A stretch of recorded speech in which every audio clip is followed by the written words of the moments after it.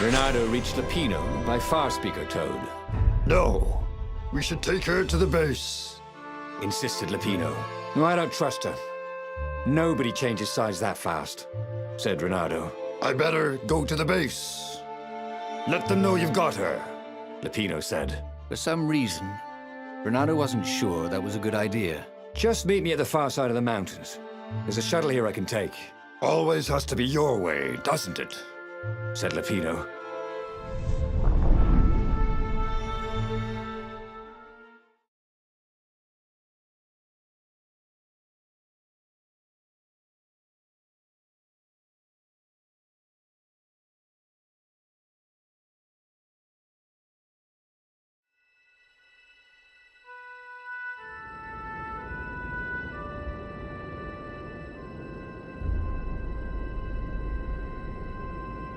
Zenobia was still shaking as they got out. I didn't know, she said. The Ravens kept it secret. At first they sacrificed prisoners, then villages near the frontier, and then an orphanage. Kittens and puppies. Sometimes he'd come back to the palace and it was like there were glowing things behind his eyes. But I was so busy. I'll clear a path for us, Renato told Zenobia, so the Ravens don't see you.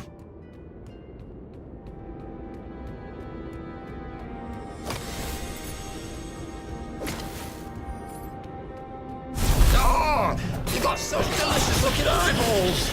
Cawed the lead Raven. Thank you, I think, said Renato. It never hurt to be polite.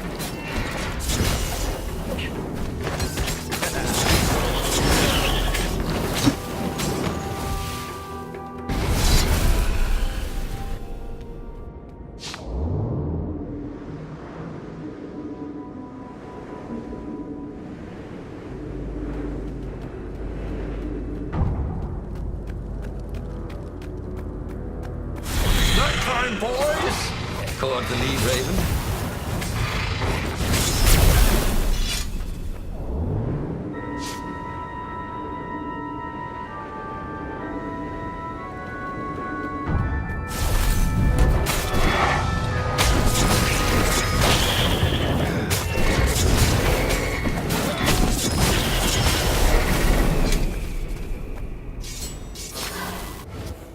Zenobia came up as he massaged his sore arm.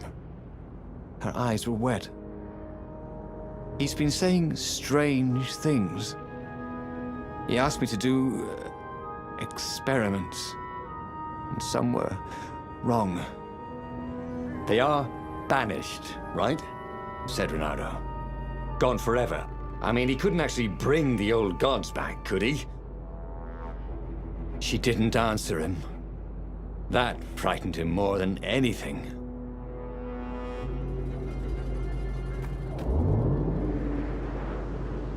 There were stickers all over the platform for really hot lady foxes, with pictures and addresses and everything.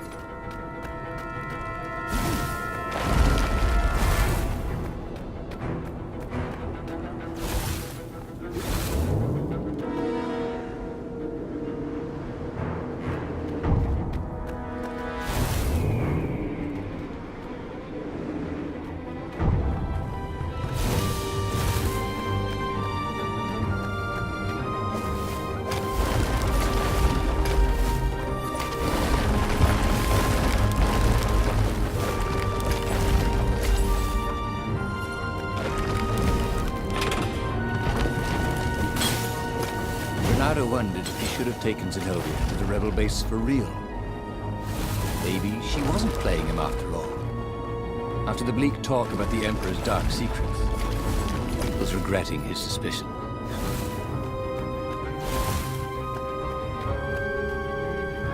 They came up on an empty shack. He gestured her in. "Where's the base?" she asked, confused. "I thought we could talk a bit first." Oh, you think I'm playing you? She was furious. I'm betraying my father who picked me out of an alley, and you think I'm playing you? She lashed out. Her claws sliced fire into his face. Energy boiled in her other paw. But before she could kill him, he slashed his sword into her heart. She staggered. "I could have loved you, you son of a bitch." And then she died.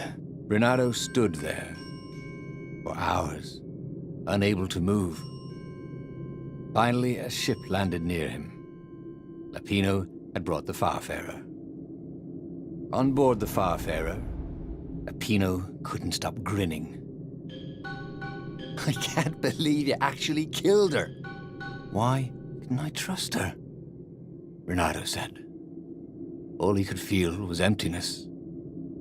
"You killed the Emperor's daughter. You might want to run for it, if you care whether you live or die, that is." Since Renato didn't, he grabbed the wheel, and he sailed for the Imperial fleet.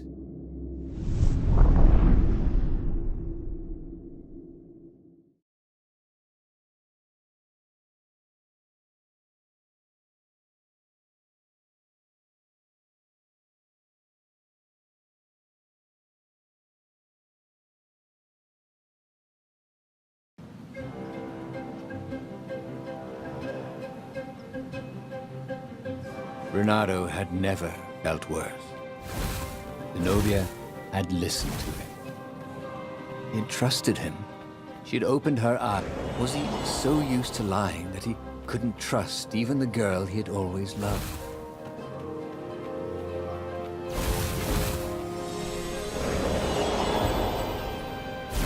He knew the known knowns, and even some of the known unknowns. He didn't know the unknown unknowns. You dig?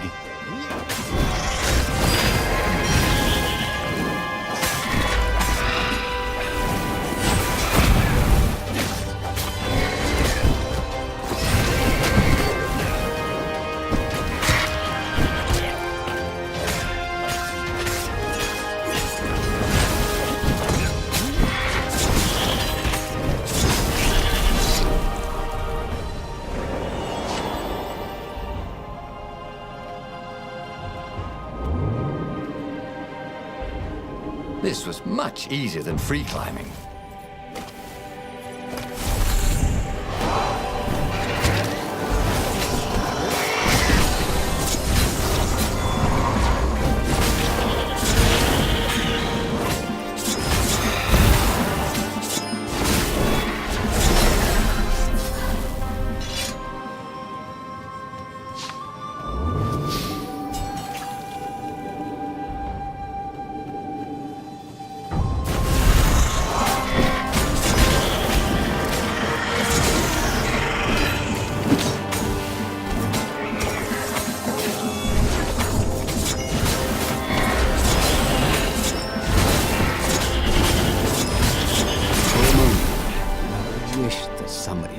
See the rebels reeling back as he plunged into the ranks of the Ravens.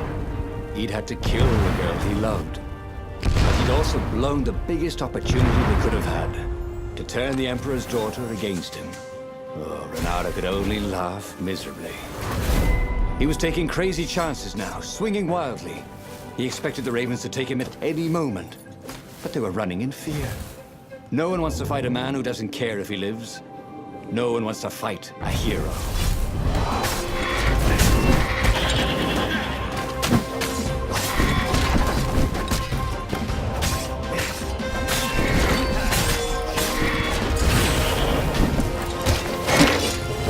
To everything, there is a season. He turned over and died.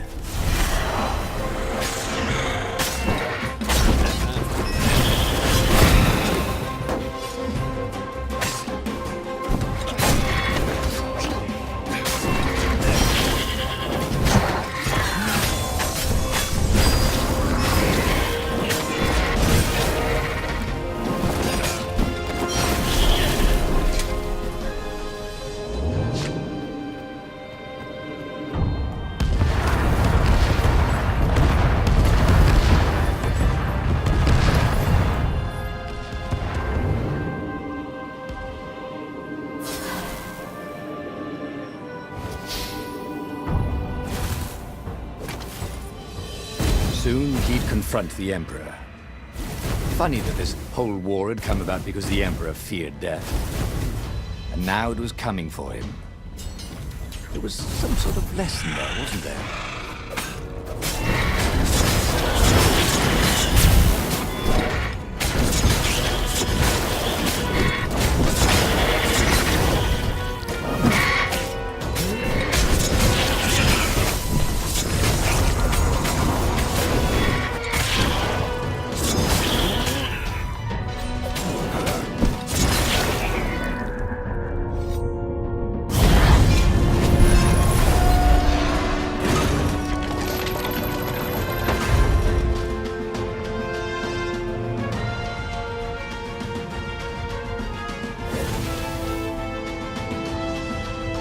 He was exhausted. Could barely think. He wanted to stop thinking. The rebels were already finished, and he was the last. The Ravens were coming for him personally now, in waves. It didn't matter. He was slick with his own blood, but it didn't matter. In the distance, he could see her, embraced by a halo of light, holding her hand out to him. Had she forgiven him? Would she take him to the halls of the Valiant? Then he felt steel in his belly, and his chest, and his back. And he lay down, and he couldn't see her anymore. Oh, again? But he already had all the secrets he needed. He was sure of that. He must have not used them the right way. What was the best, worst mistake he could make? Probably trusting that traitor Lapino.